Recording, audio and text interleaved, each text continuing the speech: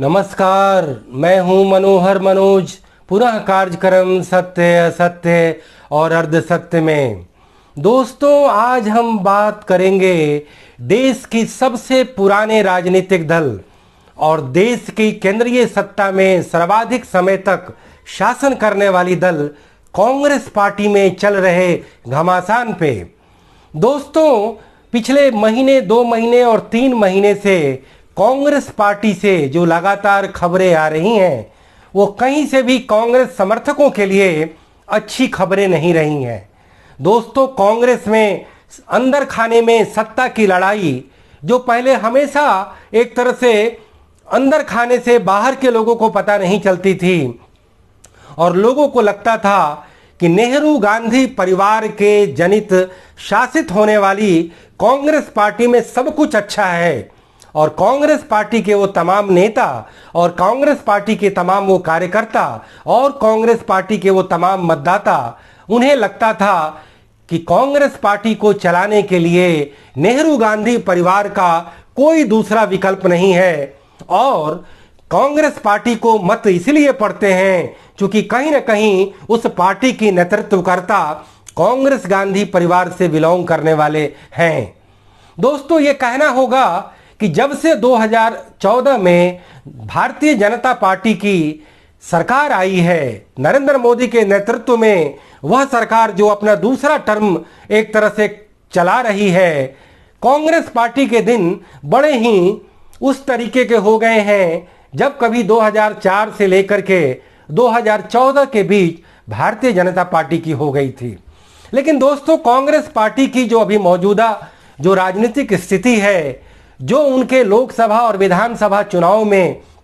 जो उनका मौजूदा आंकड़ा है और जो उनके संसद में और तमाम विधान मंडलों में जो उनके सीटों की स्थिति है, वो इस बात के इम्कानात दे रहे हैं कि कांग्रेस पार्टी आज अपने सबसे निचले स्तर पर चली गई है। वह कांग्रेस पार्टी जिसमें कभी भी नेतृत्व को लेकर के कोई सवाल नहीं किया जाता था, वह कांग्रेस पार्टी जो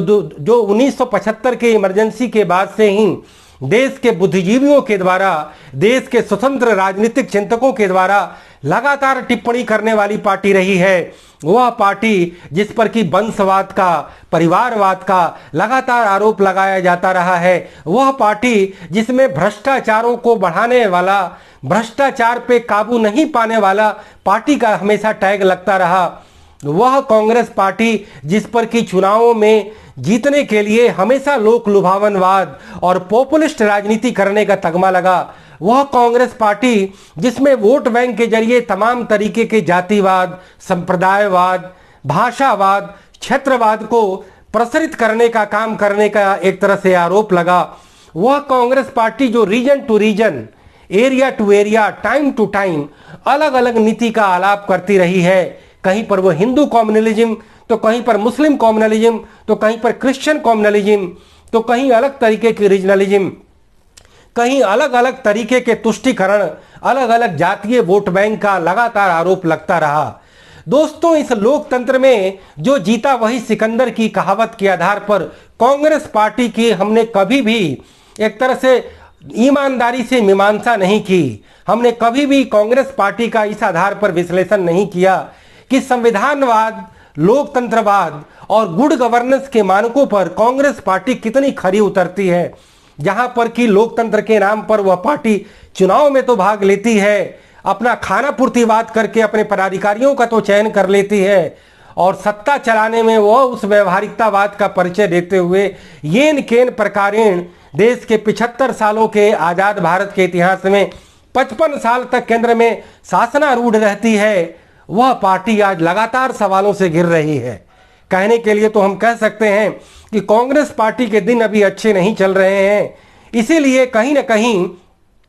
कांग्रेस पार्टी के तमाम असंतुष्टों के मुंह में पर लग गए हैं और वह सार्वजनिक रूप से कांग्रेस के नेतृत्व पर टिप्पणी करने लगे हैं। आखिर उनके लिए कांग्रेस के वो सारे मुद्दे वो नए नहीं हैं। ये सारे मुद्दे जिनका मैंने अभी जिक्र किया, वह कांग्रेस पार्टी में पिछले करीब 40-50 सालों से चलायमान थे। लेकिन कांग्रेस पार्टी के तमाम नेताओं को अभी ये जो टिप्पणी कर रहे हैं, क्या उनके लिए यही वक्त था? अगर सूझबूझ वाला कोई भी व्यक्ति इस बात को समझ सकता है, जब किसी भी पार्टी का या किसी भी शासन का जब नेतृत्व कमजोर होता है तो उसकी तमाम तरीके से टांगें खींची जाती हैं। लेकिन पार्टी के नेतृत्व या शासन के नेतृत्व के इस सूझबूझ, दूरदर्शिता और उसके अपने सिद्धांत निष्ठता और आदर्शवादिता पर यह निर्भर करता है कि वह कब समय पाते अपने सुधारों को अंजाम दे। अगर कांग्रेस पार्टी यह घोषित कर देती कि उसने लोकतंत्र के रहते हुए भी भारत में वैकल्पिक राजनीतिक दलों के परिपक्व नहीं होने की वजह से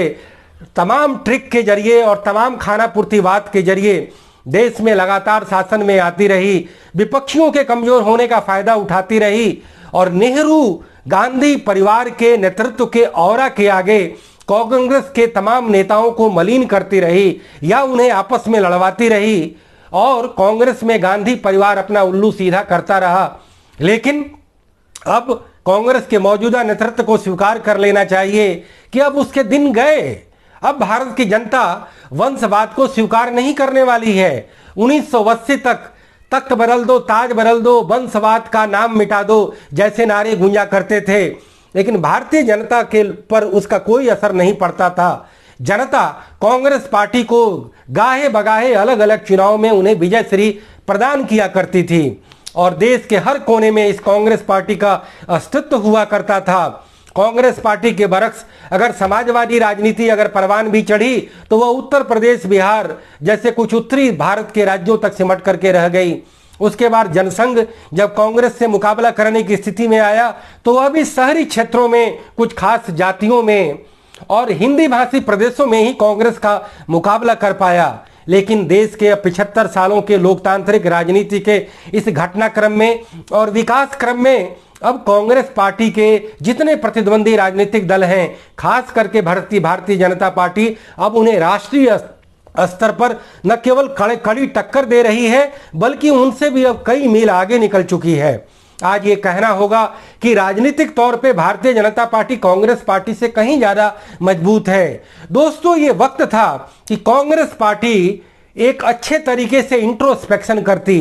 और उस बात का कॉल लेती कि किन किन कांग्रेस के तरीकों से, उपायों से इस देश को बहुत बड़ा बल मिला। यह देश कई तरीके से आगे हुआ। अगर हम नेहरू के दौर की बात करें तो लोकतांत्रिक संस्थाओं की मजबूती और अंतर्राष्ट्रीय जगत में भारत को सम्मान और मान और एक आदर्शवादी नेतृत्व। अगर हम शास्त्री की बात करें तो नैतिकतावादी राजनीति। इंदिरा गांधी की बात करें तो उन्होंने एक ऑथोरिटेरियन पॉलिटिक्स जरूर की, डिक्टेटोरियल पॉलिटिक्स जरूर की, लेकिन कहीं ना कहीं देश में सांप्रदायिक आधार पर अलग हुआ। पाकिस्तान का उन्होंने बंगाली राष्ट्र के रूप में उसे विखंडित करके और बैंकों के राष्ट्रीयकरण और गरीबी हटाओ के वामपंथी नारों से उन्होंने कहीं न कहीं देश का एक नया पॉलिटिकल डिस्कोर्स दिया और वह गरीबों में काफ़ी एक्सेप्ट भी हुई। लेकिन मुझे कांग्रेस पार्टी के रूलिंग के इतिहास का सबसे महत्वपूर्ण फैसला वो नरसिंह राव के प्रधानमंत्रित्व काल में और मनमोहन सिंह के वित्त मंत्रित्व काल में लिया गया नई आर्थिक नीति का वो फैसला था, जिसके जरिए set of policies, multiple policies लाई गई और देश को एक नया इकोनॉमिक रिजीम प्राप्त हुआ। वह रिजीम जिसमें कि दुनिया के ताकतवर आर्थिक राष्ट्रों में भारत देश की भी चर्चा होने लगी। एक ऐसी पॉलिसी फाउंडेशन जिस फाउंडेशन पर आने वाली सरकारों ने भी बेहतर काम किया, उस पर भारतीय जनता पार्टी ने उसी फाउंडेशन पर कहीं ज्यादा तेज दौड़ लगाई और भारत आज दुनिया की छठी सबसे बड़ी अर्थव्यवस्था बनने में कामयाब हुआ। वह कांग्रेस पार्टी जो कहीं न कहीं आधार का कॉन्सेप्ट लेकर के आती है, वह कांग्रेस पार्टी जो दल बदल के एक तरह से एक बहुत ही बड़े path breaking constitutional amendment bill लाती है, वह कांग्रेस पार्टी जो कहीं न कहीं लोकतांत्रिक विकेंद्रीकरण की दिशा में पंचायती राज लाती है। कांग्रेस पार्टी कहीं न कहीं अपने इस गौरवमयी निर्णयों को याद करके कहीं न कहीं अपने विश्वास को हासिल करे तो दूसरी तरफ इस बात के लिए भी पछतावा करे कि कांग्रेस पार्टी ने आजादी के तमाम नायकों को क्यों भुला करके केवल महात्मा गांधी के बाद अपने विरासत, अपने नेहरू गांधी परिवार की विरासत को ही पोस्टर में चिपका करके रखा और उन तमाम नायकों को जो है एक तरह से अनसुना कर दिया, विस्मृत कर दिया। आज अगर आप कांग्रेस पार्टी के दफ्तर में जाएं तो उस दफ्तर में केवल इंदिरा गांधी का पोस्टर दिखाई देगा, राजीव गांधी का पोस्टर दिखाई देगा और आज के इनके मौजूदा बागडोर संभालने वाली सोनिया गांधी और उनके दोनों पुत्र पुत्रियों का पोस्टर दिखाई देगा। क्या कांग्रेस पार्टी भूल गई कि 135 सालों की राजनीतिक विरासत, जो इस देश की सबसे पुरानी पार्टी, जैसा मैंने पहले कहा सबसे ज्यादा सत्ता में रहने वाली पार्टी, क्या उसका सिंबॉलिक केवल महात्मा गांधी, जवाहरलाल नेहरू, इंदिरा गांधी, राजीव गांधी और सोनिया गांधी में सिमट कर रह गया है? क्या वो देश के असंख्य महापुरुष जिनका जबरदस्त योगदान था, क्या वो कांग्रेस पार्टी के लिए कोई मायने नहीं रखते? और ऐसे में इनके एक बड़े महापुरुष सरदार वल्लभ भाई पटेल को भारतीय जनता पार्टी अपना एक प्रेरणा पुरुष बनाती है और उनके स्मृति में दुनिया का सबसे ऊंची प्रतिमा बनाती है, तो कांग्रेस पार्टी तमाम तरीके के लांछना लगाती है, तंज कसती है। तो कांग्रेस पार्टी में जो ये वर्तमान जो ऊहापोह चल रहा है, कांग्रेस पार्टी के लिए एक ऐसे इंट्रोस्पेक्शन करने का समय है। कांग्रेस पार्टी को इसके इतर इस बात को लिए भी इंट्रोस्पेक्शन करना चाहिए कि 60s के दशक में जो भारत के समाज में, भारत की राजनीति में और भारत के सबसे ज्यादा प्रशासनिक व्यवस्था में जो भ्रष्टाचार का घुन लग गया था, उसने पॉलिटिकल करेक्टनेस को ध्यान में रखते हुए क्यों नहीं उस पर बहुत बड़ा हथौड़ा चलाया? क्यों नहीं वो इस बात को समझ पाई कि यह देश को कैंसर की तरह है जो इसे लगातार दीमक की तरह खाया जा रहा है? और एक समय आया कि देश में भ्रष्टाचार को लेकर के एक बहुत बड़ी ज्वाला भड़की। 74 के आंदोलन से लेकर के 2011 का लोकपाल आंदोलन तक आया, लेकिन आज भी यह देश भ्रष्टाचार के मामले में फुल प्रूफ नहीं हुआ है। और हम आज भी ट्रांसपेरेंसी इंटरनेशनल के रैंकिंग में 80वें नंबर पर आते हैं और हमारा जो अंक है वो केवल 40 अंक है। तो कुल मिलाकर के अगर हम विकसित देशों के कतार में खड़ा होना चाहते हैं तो हमें कहीं ना कहीं विकसित देशों की कतार में एंटी करप्शन मैकेनिज्म को लेकर के भी खड़ा होना होगा। और कहीं ना कहीं इस पर हम कांग्रेस पार्टी को ही दोषी मानते हैं। जब हम कांग्रेस पार्टी के विगत के करतूतों पर नजर डालते हैं तो हमें यह लगता है कि देश में पॉलिटिकल करेक्टनेस के नाम पर और डेमोक्रेसी के खानापूर्तिवाद के नाम पर अगर एक तरफ इन्होंने एक तरह से एक विरासत, एक परिवार और एक पार्टी को बनाए रखा, भ्रष्टाचार जैसी बुनियादी समस्या पर हमला नहीं किया, तो दूसरी तरफ लोक लुभावनवाद के जरिए लोगों के वोटों को आसानी से अपने पक्ष में मोड़ने की भी कवायद इसी पार्टी के द्वारा उस संस्कृति की शुरुआत की गई। चाहे वो सस्ते अनाज देने की भ्रष्टाचार जनित योजना हो, या फिर कर्ज माफी जनित योजना हो, या जवाहर रोजगार योजना, महात्मा गांधी नरेगा योजना जैसे वो ऐसे अनप्रोडक्टिव बट पॉपुलिस्ट स्कीमें लाई गई जिससे उनके वोट बैंक के खजाने तो भर गए, लेकिन देश का खजाना खाली हो गया। देश में प्रोडक्टिविटी को एक तरह से डेंट पहुंचा, देश में अर्थव्यवस्था उससे कमजोर हुई। और यही वजह है कि 2013 और 14 में देश जो है भयानक भ्रष्टाचार के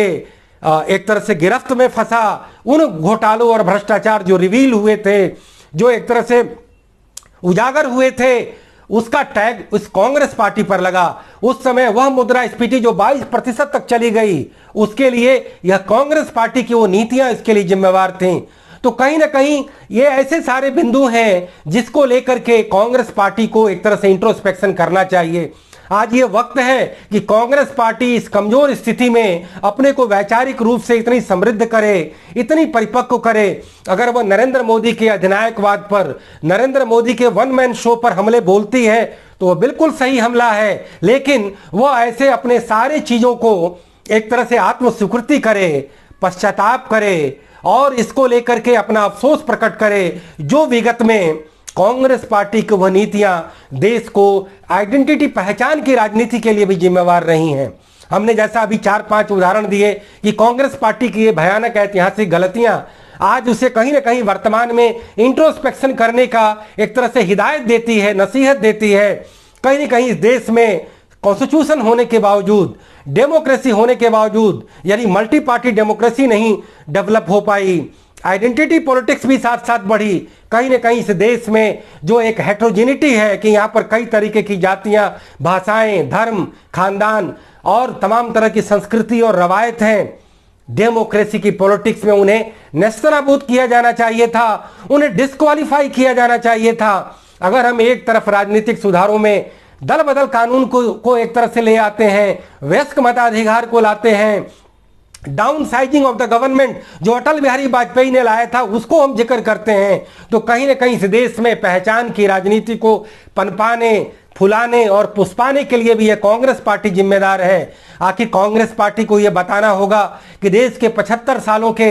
अपनी इस भूमिका में वह क्यों इस देश में जातिवाद जो शहरीकरण और औद्योगिकरण के आंधी में खत्म हो रहा था, वह लेकिन डेमोक्रेसी की राजनीति में और ज्यादा फल फूल रहा था। और कहीं ना कहीं कांग्रेस पार्टी की ही इस इनिशिएटिव की वजह से देश के तमाम राजनीतिक दल अपने लिए शॉर्टकट और श्योर शॉर्ट जो पॉलिटिकल फार्मूला जो मानते हैं वह जातिवाद को ही मानते हैं। और इसी वजह से देश के तमाम राजनीतिक दल अपना कोई ना कोई गुरुत्व जाति तय करते हैं, गुरुत्व धर्म तय करते हैं, और उसके बाद वो इधर उधर को एक तरह से तमाम जुमले देकर, लफाजी ओढ़ देकर कि हम राष्ट्र के दल हैं, हम ये करेंगे वो करेंगे, लेकिन अंदर खाने में उनकी वोट बैंक की सारी राजनीति उन्हीं जातियों, धर्मों और समुदायों के इर्द गिर्द होकर के चलती हैं, जिनके प्रतिनिधि उनके नेतृत्वकर्ता होते हैं, जिनके प्रतिनिधि को वो टिकटें दे करके उनसे चुनाव लड़वाती हैं, और उसी आधार पर वोट बैंक की गोलबंदी की जाती है। और अंदर खाने की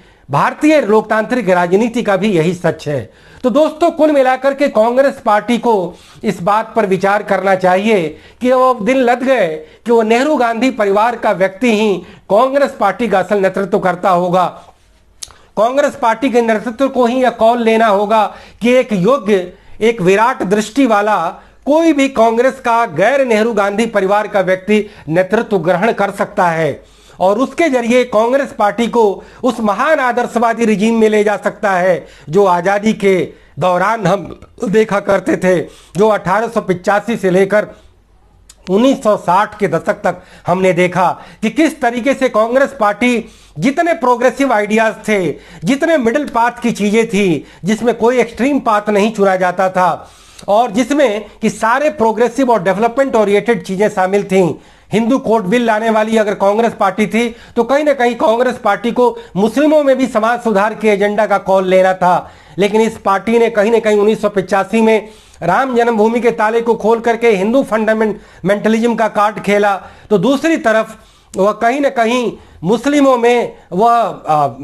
तलाक के बाद उन्हें हर्जाना देने को लेकर के भी जो एक नया कानून बना करके मुस्लिमों में समाज सुधार के एजेंडे को भी कुंद बनाने का काम इसी कांग्रेस पार्टी ने किया। तो कांग्रेस पार्टी के लिए यह समय है कि वह एक बड़ा कॉल ले और यह घोषित करे कि अब नेहरू गांधी परिवार का कोई भी व्यक्ति अगला प्रधानमंत्री नहीं होगा। उनका इतिहास में नाम उसी कोटि में अमर हो जाएगा जिस कोटि में जवाहरलाल नेहरू और इंदिरा गांधी और राजीव गांधी आते हैं। और कांग्रेस पार्टी को एक ऐसी नई वैचारिक संजीवनी मिलेगी जिसमें सिद्धांतों और आदर्शों से लवरेज होकर तमाम देश के निर्माण के कार्यक्रम होंगे, और वह मोदी की मौजूदा सरकार जो कहीं ना कहीं अपने आप में एक डिक्टेटोरियल साउंड देती है, एक ऑटोक्रेटिक साउंड देती है, जिसमें एक वन मैन शो होता है, जिसमें पार्टी के अंदर कोई भी आवाज न कारखाने में तूती की आवाज बनकर रह जाती है, जहां एको हम दूजो नास्ती, जिसमें केवल मोदी ही मोदी प्रिवेल हो रहे हों,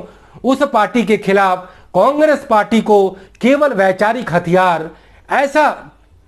अपनाना होगा जिस हथियार के जरिए वह तमाम अपने विगत के न केवल गलत करतूतों और कारनामों पर पर्दा ढाएगी, बल्कि मौजूदा मोदी सरकार के भी तमाम चीजों का पटाक्षेप करेगी। और कांग्रेस पार्टी के लिए यह भी वक्त है कि वह व्यवस्था परिवर्तन के तमाम सवालों को नए तरीके से लाए, बिना किसी राजनीतिक नुकसान का परवाह किए, और वह उस चीज को इतने एक तरह से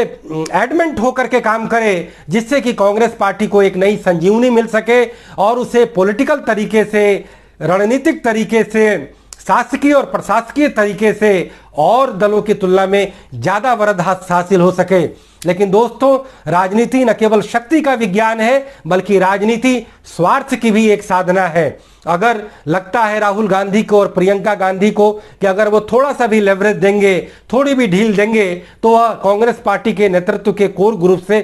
च्यूत कर दिए जाएंगे और वो ग्रुप 22 या ग्रुप